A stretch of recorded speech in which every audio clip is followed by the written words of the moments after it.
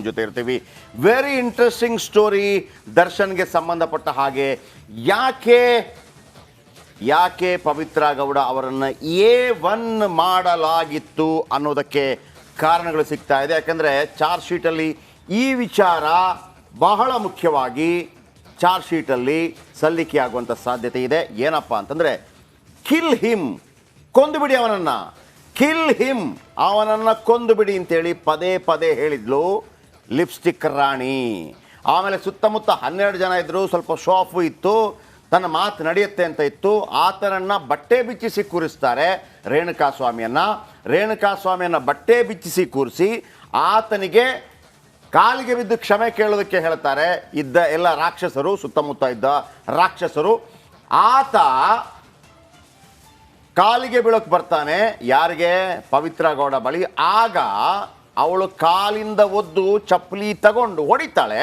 ಆಮೇಲೆ ಹೊಡೆದಾಕಿ ಅವನನ್ನು, ಸಾಯಿಸಿ ಅವನನ್ನು ಅಂತ ಹೇಳಿದಾಗ ಪಕ್ಕದಲ್ಲಿದ್ದ ರ್ಯಾಂಬೋ ರಾಜ ಫುಲ್ಲು ರೊಚ್ಚಿಗೆದ್ದು ಬಿಟ್ಟು ಅವನು ಹೊಡಿತಾನೆ. ದರ್ಶನ್ ಮತ್ತು 12 ಜನ ಅಟ್ಯಾಕ್ ಮಾಡಿದ ಕಾರಣಕ್ಕಾಗಿ ರೇಣುಕಾಸ್ವಾಮಿ ಸತ್ತೋಗ್ತಾನೆ. ಅಲ್ಲಿಗೇನಾಯಿತು? ಅಚಾನಕ್ ಕೊಲೆ ಅಲ್ಲ, ಇದು ಪ್ರೀ ಪ್ಲ್ಯಾನ್ಡ್ ಮರ್ಡರ್ ಅನ್ನೋದು ಚಾರ್ಜ್ ಶೀಟಲ್ಲಿ ಇದೀಗ ಸಾಬೀತಾಗತ್ತೆ. ಬನ್ನಿ ಇದರ ಬಗ್ಗೆ ಮಾತಾಡೋಣ. ಅದರ ಜೊತೆಗೆ ಇನ್ನೂ 3 ಇದರಿಂದ ಹೊರಬರುವಂಥ ಸಾಧ್ಯತೆ ಇದೆ. ಆರೋಪಿಗಳು, ಅವ್ರಿಗೆ ಯಾವುದೇ ಪ್ರಾಬ್ಲಮ್ ಉಂಟಾಗೋದಿಲ್ಲ. ಯಾಕೆ ಅಂತ ಕೂಡ ಹೇಳ್ತಾನೆ.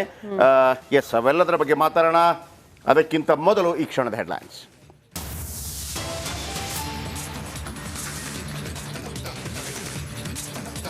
ರೇಣುಕಾಸ್ವಾಮಿ ಹಲ್ಲೆ ವೇಳೆ ಕಿಲ್ಲರ್ ರಾಣಿ ರೌದ್ರಾವತಾರ, ಕಿಲ್ ಹಿಮ್ ಅಂತ ಚೀರಾಡಿದ್ಲಂತೆ ಪವಿತ್ರ ಗೌಡ. ಚಾರ್ಜ್ ಶೀಟ್ನಲ್ಲಿ ಸ್ಫೋಟಕ ಅಂಶ ಬಹಿರಂಗ. ಡೆವಿಲ್ ಗ್ಯಾಂಗ್ಗೆ ಇಂದು ಡಿ-ಡೇ. ರೇಣುಕಾಸ್ವಾಮಿ ಹತ್ಯೆ ಕೇಸ್ ಚಾರ್ಜ್ ಶೀಟ್ ಸಲ್ಲಿಕೆ. A2 ದರ್ಶನ್ A1 ಆಗುವ ಸಾಧ್ಯತೆ.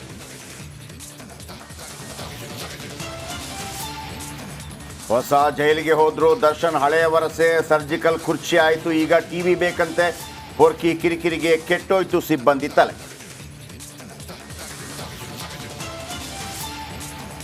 ಬಿಜೆಪಿಗೆ ಕೋವಿಡ್ ಭ್ರಷ್ಟಾಚಾರದ ಸಂಕಷ್ಟ. ನಾಳೆ ಸರ್ಕಾರದಿಂದ ಮಹತ್ವದ ತೀರ್ಮಾನ.